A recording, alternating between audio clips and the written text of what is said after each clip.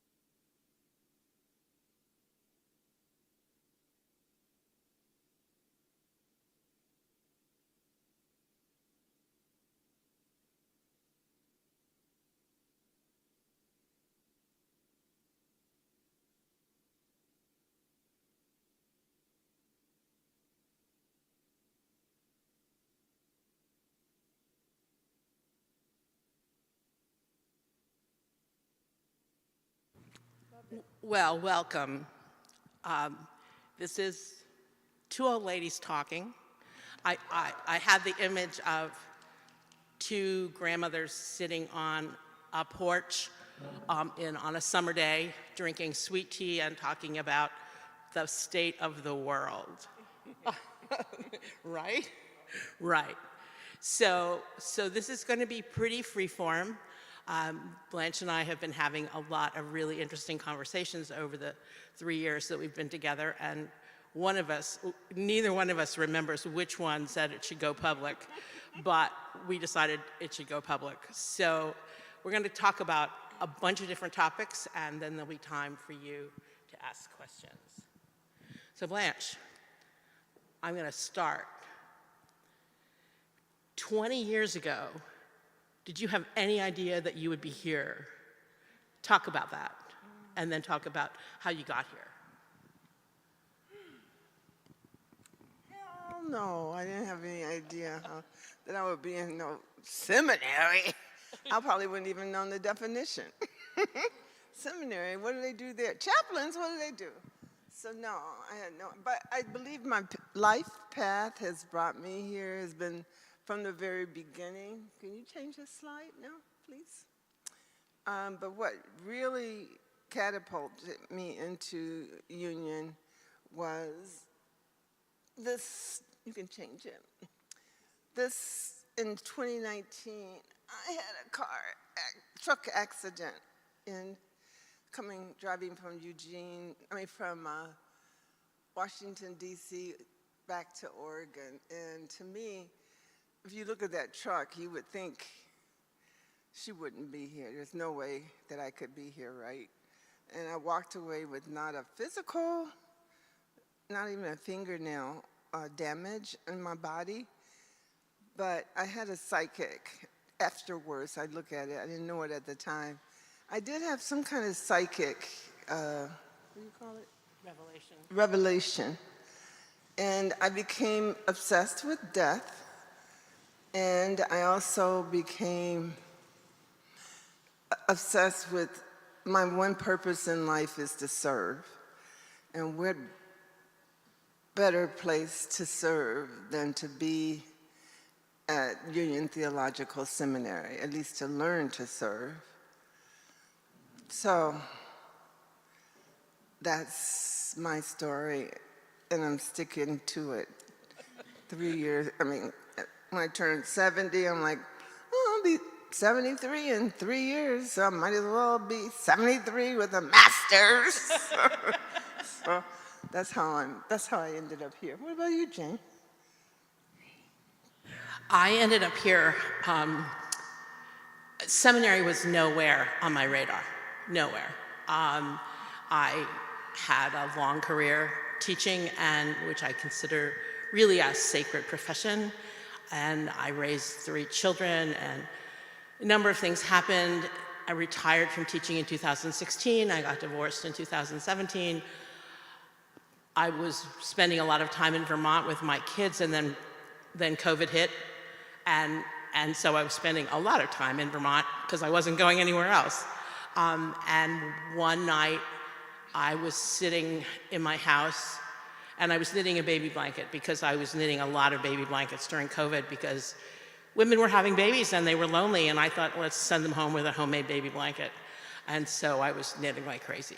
And so I was knitting and I was listening to the protests in Portland, Oregon around George Floyd, and I thought, if I were in Portland, I would be on the street with those people. I would be there.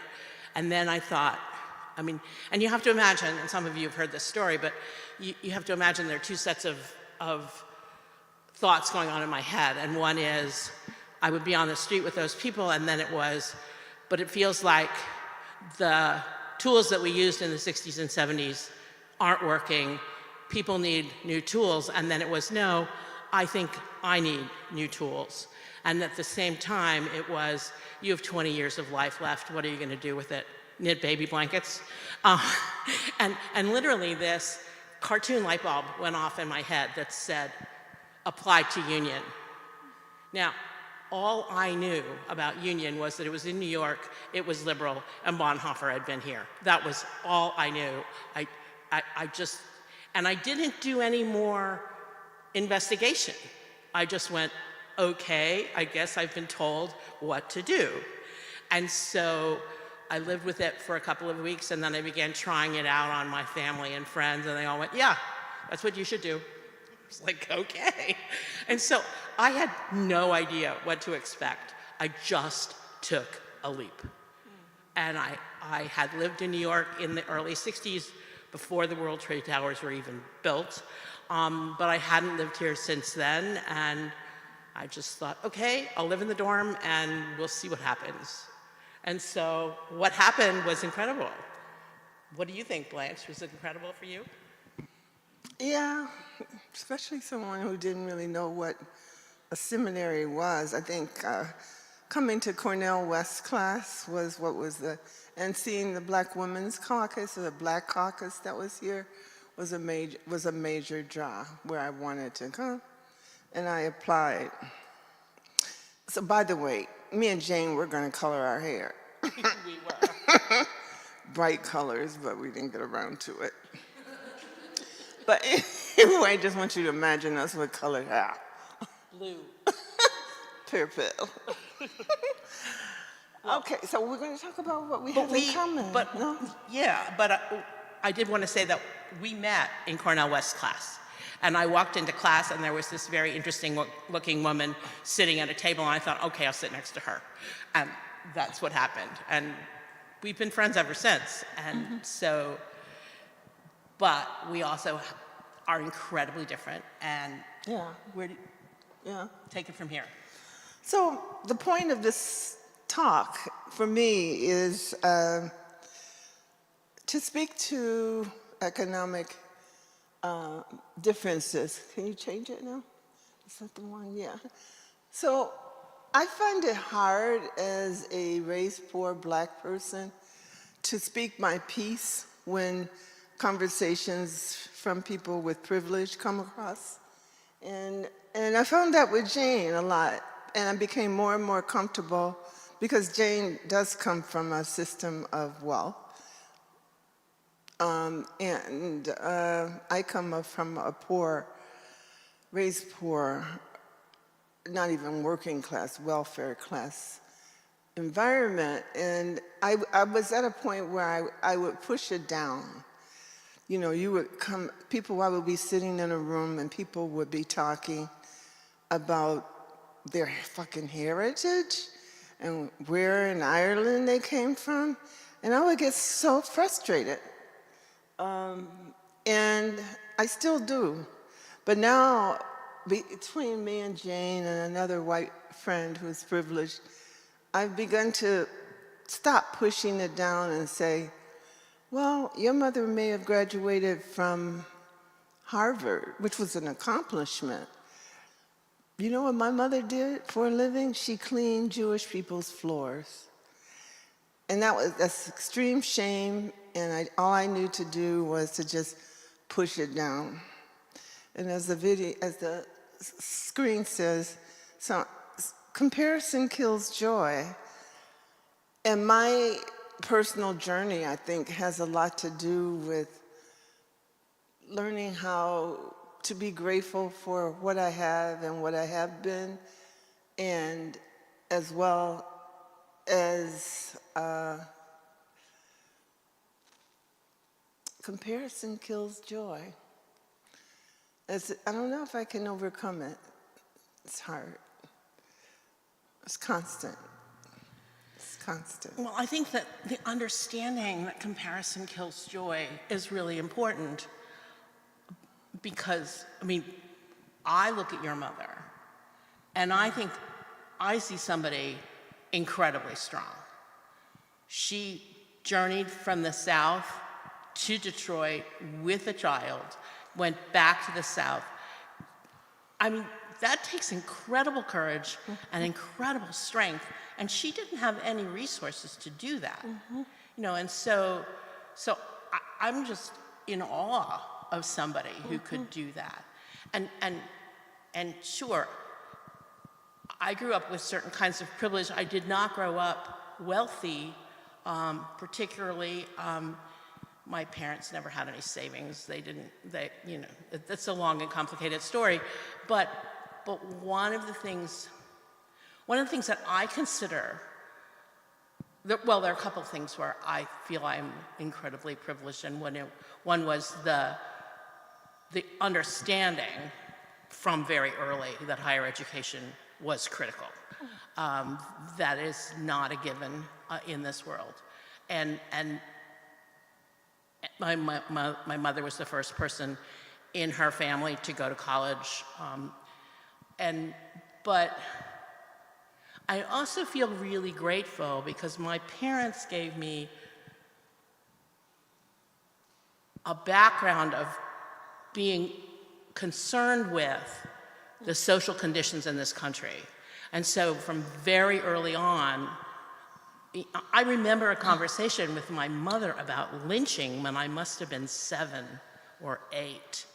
And I was very, very attuned to racial disparity in this country. And although we mostly lived in very white places, it was an important value in our lives. And that was critical. But the other piece of that social recognition was that I grew up terrified. I grew up terrified of nuclear war. There were nights when I couldn't go to sleep because I was sure we were going to be bombed in the night. And that, I think I've told Blanche the story, but at one point I told my mother that if there was another war, I would commit suicide so that my children did not have to experience the fear that I experienced. And so there are dark sides of a social conscience. But we also, we grew up with this sense of responsibility and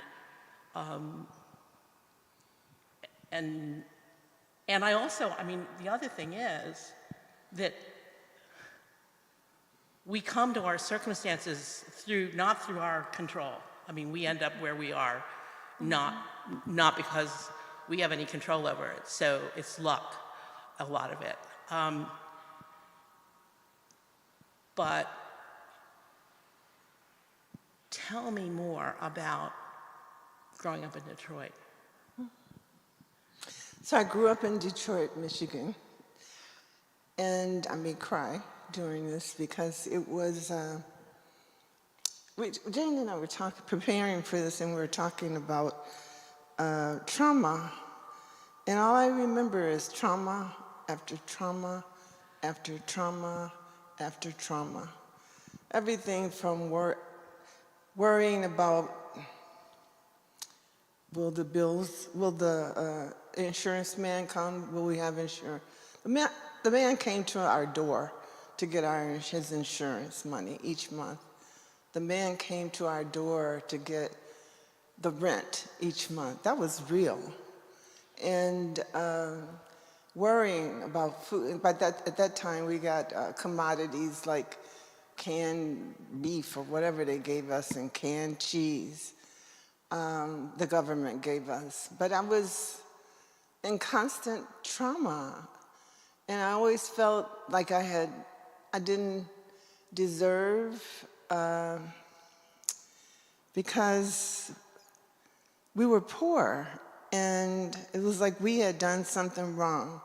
Like we were not good enough. You know, I was a mixed race child. And nobody ever mentioned anything about being mixed race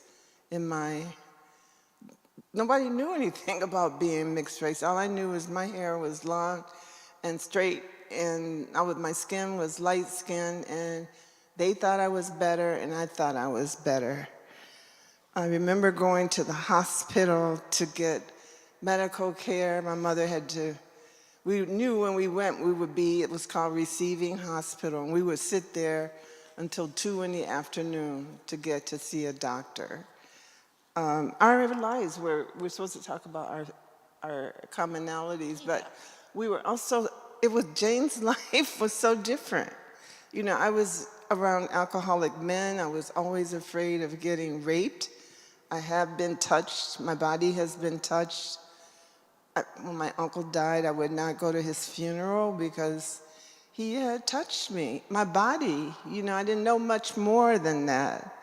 Violence, my father would beat my mother, black men at that time. My mother had a scar on her face from where the man she married cut her. Alcoholism, my mother was illiterate. Jane grew up with books in her home.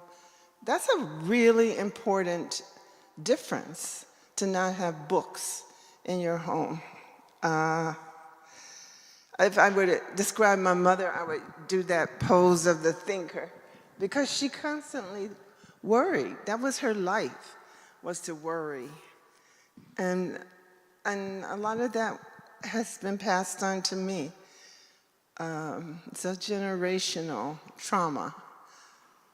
I aborted 5 children starting at age 14, had church trauma from it because I couldn't talk to the church. I didn't think there would be support, and I did it alone. And so that path has followed me throughout I do it alone. You don't need to share your secrets. Nobody cares or whatever.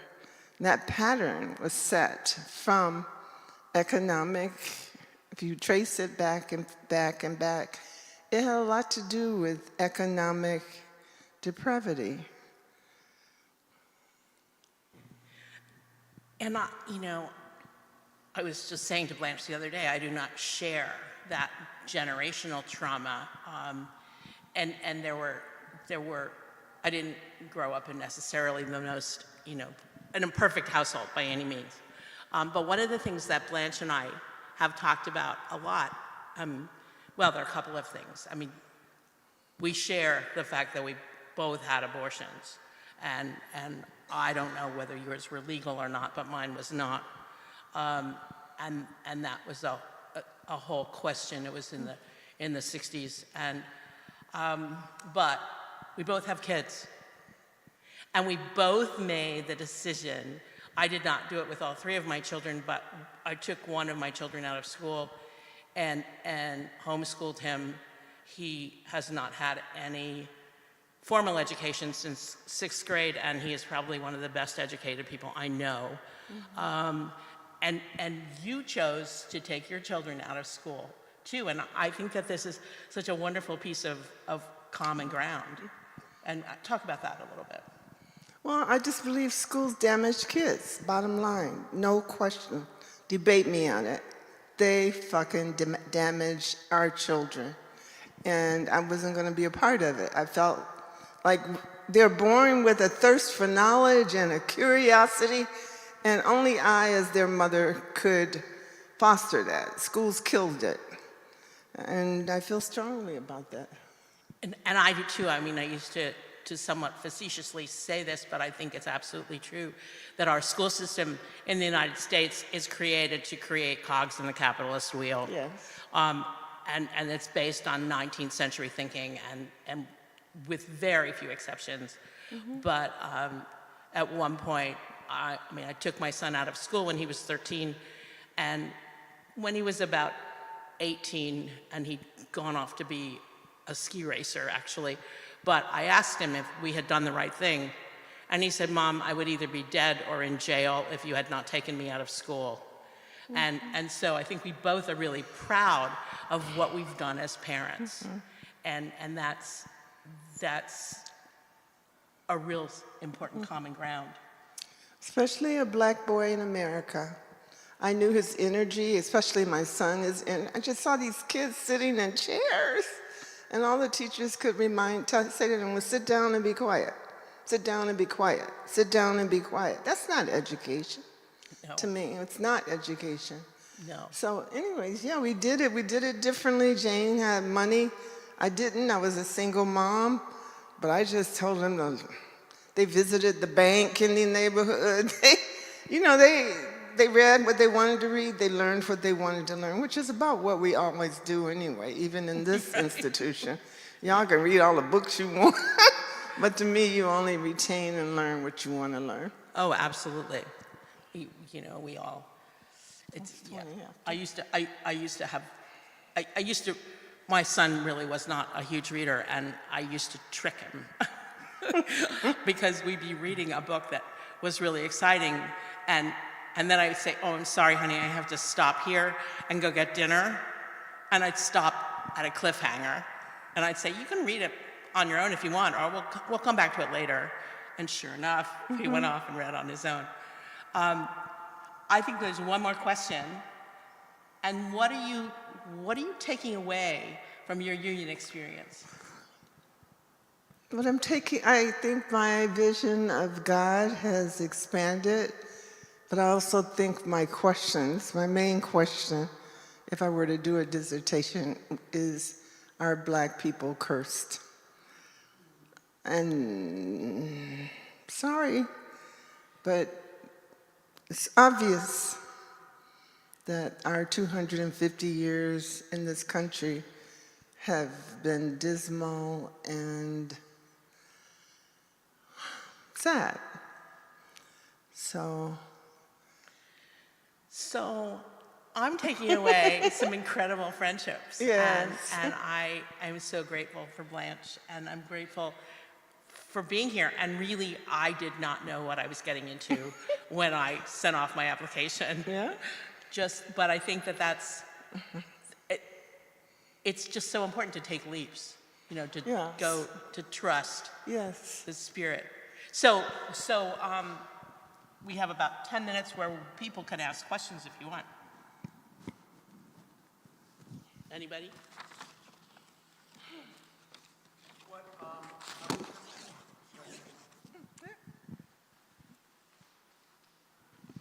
I was curious about faith, but I just more specifically, what gives you hope? Either one of you. Okay. You would like me to go first? Go. Okay. What gives me hope? Young people. It's a blessing to look in Helena's eyes and know that beneath it all, they have hope. If you wouldn't have a child, if you got pregnant in this world we're living in, if there wasn't some kind of hope. And very specifically for me, coming to Union and being around students who are so much younger, I just feel they all give me hope that these are young people who are going to go off and do great things in the world. And I've done a lot of stuff, but I don't have a lot of time left, but it's really nice to see the young people here just give me hope. Yeah. Anybody else? Yeah. Sorry, I was sitting back there. I didn't want to interrupt, but what would you tell yourselves when you were my age, like 40? What would you want to tell yourselves if you could go back and have a conversation?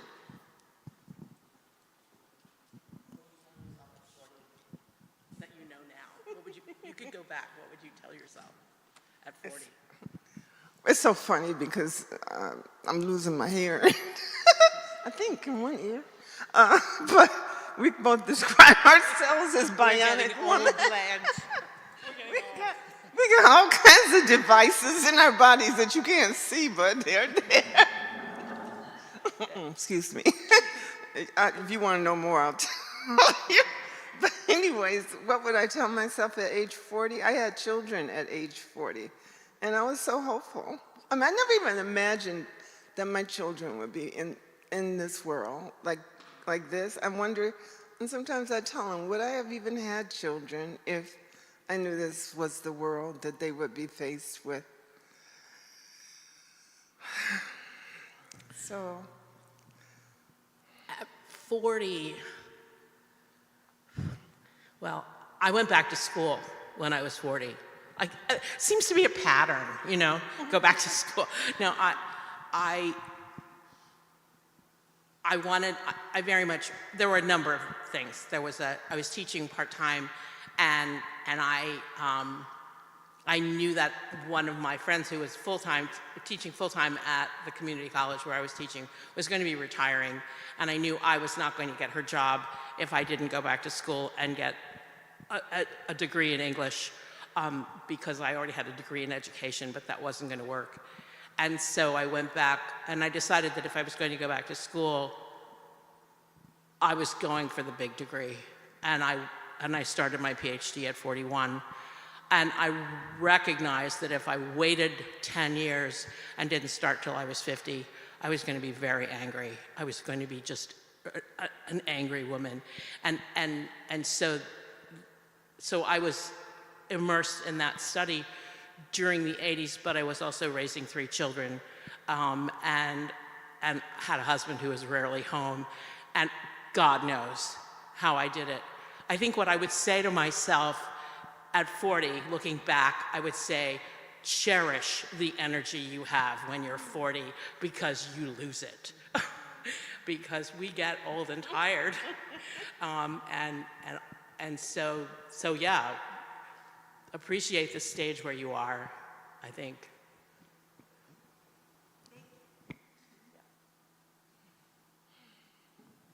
Yeah.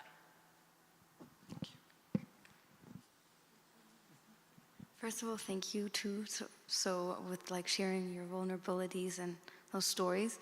And my question is, you pointed out the differences and like forming friendships across those, but what do you enjoy doing together? And like, except like obviously you're a similar age, but like when you sit down, is it class? Like what is the thing that you like to share and spend time together with?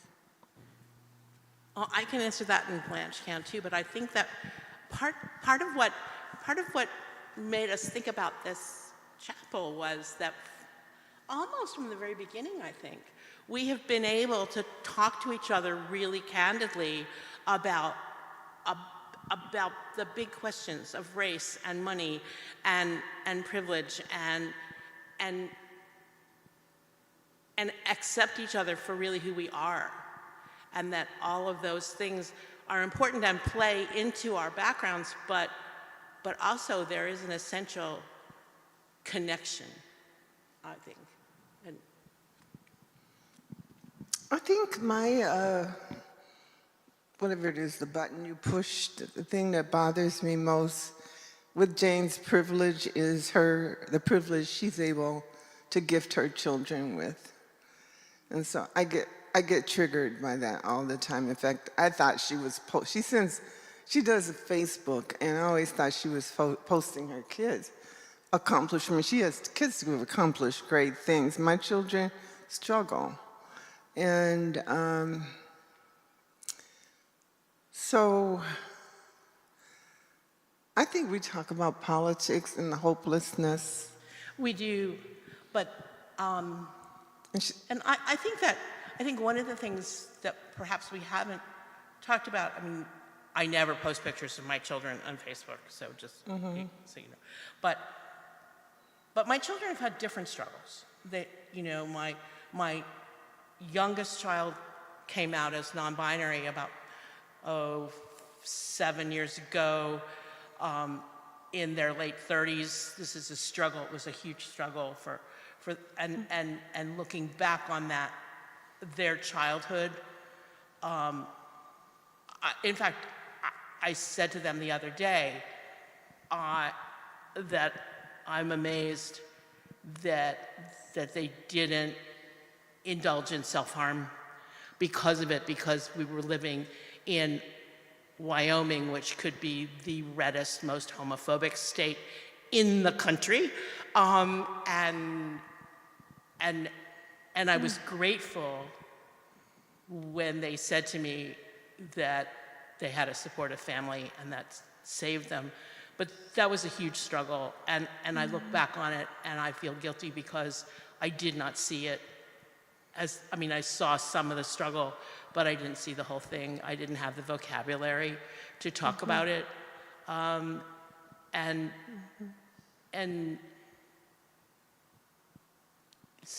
that they're, so they're different struggles.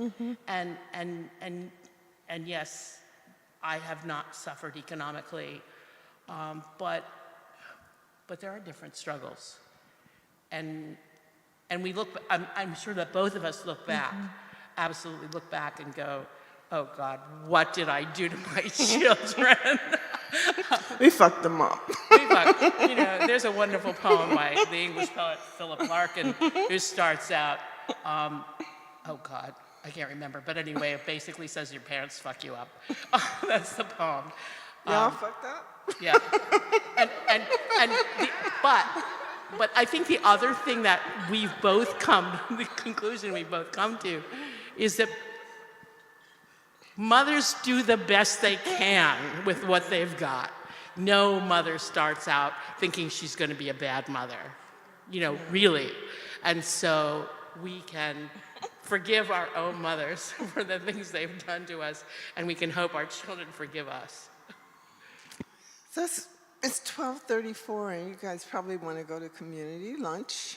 Yeah. Is that okay, Jane? Right, sure. And do we have the last slide? Yeah, we have 2 We have slides. a couple of slides, Yeah. 4 slides. We have, I can't see them from here. It's a 4-leaf clover. Yeah, I think, The 4-leaf clovers, go ahead. Go ahead. You yeah, I just think bottom line, after all of this life I've lived of whatever, good and bad, I describe my life as lucky. I really, really, really believe that. I know, you can't argue with me on that, is that we're lucky. We're incredibly lucky. We're incredibly lucky. Yeah. And on the opposite side of that coin, This is the next slide.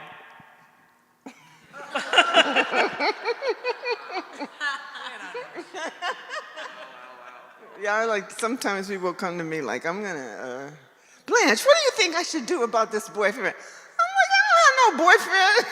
I'm scared of intimacy. What do you mean? What should I do? You're not gonna ask. Oh, can I just tell one more story? My first year here, I think it was my first year, might have been my second year, I was sitting out on the Broadway malls one day eating a sandwich, and this young man, who will remain nameless, was across the street, and he says, Jane, I've been looking for you. And I said, oh, really? So he comes over, and he says to me, I think you know something about breakups.